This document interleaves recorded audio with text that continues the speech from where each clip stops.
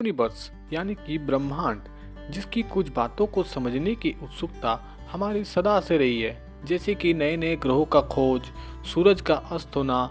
लेकिन फिर भी हमारे यूनिवर्स में अनेक ऐसे खोजें हैं जिसे कोई समझ ना सका है। ऐसा ही एक विज्ञान का क्षेत्र है जो उलझन से भरा हुआ है, जो है क्वांटम फिजिक्स, जिसका ब्रह्मांड में भी उपयोग होता रहता है और हमारे जीवन में भी।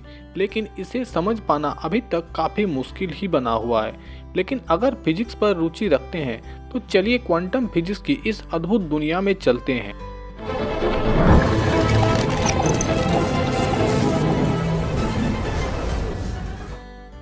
सबसे पहले क्वांटम फिजिक्स की नींव रखी मैक्स प्लांक ने।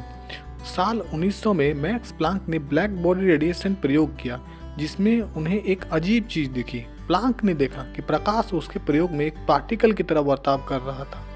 उसी से प्लांक ने अनुमान निकाला कि प्रकाश पूरी तरह से ऊर्जा का ना बना होकर छोटे छोटे ऊर्जा के भाग से बना हुआ है, जिसे क्वांटा नाम दिया गया। बस यहीं से शुरू हुआ क्वांटम फिजिक्स। इसके बाद कई वैज्ञानिकों ने क्वांटम फिजिक्स में भाग लिया और कई खोजें की। इन खोजों में प्रोटॉन और इलेक्ट्रॉन भी थे।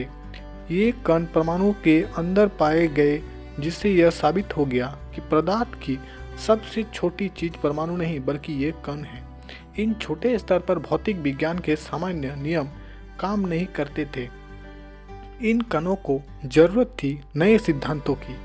इसका एक अलग मॉडल बनाया गया, जिसे स्टैंडर्ड मॉडल नाम दिया। यूँ तो क्वांटम पर बहुत सारे एक्सपेरिमेंट हुए, पर सबसे रोचक थी श्रोडिंगर का कैट एक्सपेरिमेंट। यह थ्योरी कितनी सच है वो देखने के लिए श्रोडिंगर ने एक प्रयोग किया, जिसका उन्होंने नाम दिया कैट एक्सपेरिमेंट। इस प्रयोग में उसने एक बिल्ली को एक बॉक्स के अंदर बंद किया और बॉक्स में जहरीली बोतल रखी। साथ ही एक रेडिएशन निकलने वाले पदार्थ को हथौड़े से जोड़ा। यह इस प्रकार व्यवस्थित किया गया था कि जब पदार्थ में से रेडिएशन निकलेगा तो हथौड़ा अपने आप बोतल से टकराएगा और जहरीली गैस बॉक्स में फैल जाएगी, जिससे बिल्ली मर जाएगी। लेकिन इसमें ट्विस्ट यह है कि उस पदार्थ में से रेडिएशन निकलने की संभावना मात्र 50% ही थी, यानी बिल्ली की मरने की संभावना भी 50% ही थी, क्योंकि बिल्ली भी तो क्वांटम से ही मिलकर बनी थी।